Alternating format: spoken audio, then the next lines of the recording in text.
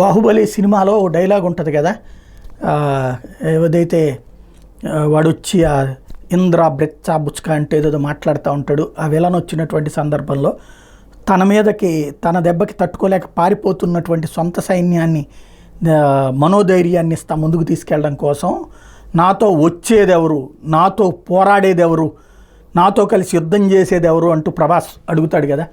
అప్పుడు నేను నేను నేను అంటూ అందరూ బయలుదేరుతారు కదా.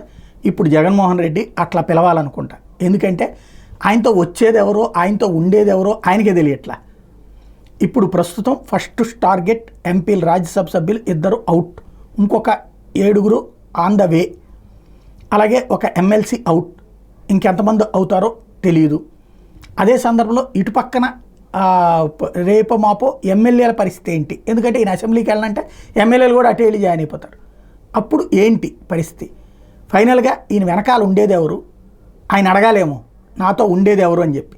కార్యకర్తలు అయితే ఉంటారు. చివరికి మొన్న కార్యకర్తలు కూడా దెబ్బ కొట్టబట్టినే కదా. ఇప్పుడు మరి పార్టీని ఏ విధంగా నడపాలన్నది జగన్మోహన్ రెడ్డి ఎలా ప్లాన్ చేసుకుంటాడు.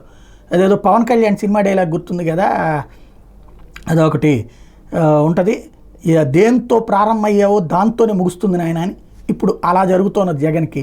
1తో ప్రారంభమయ్యాడు ఆయన, ఇప్పుడు 1 మిగులుతాడా చూడాలి.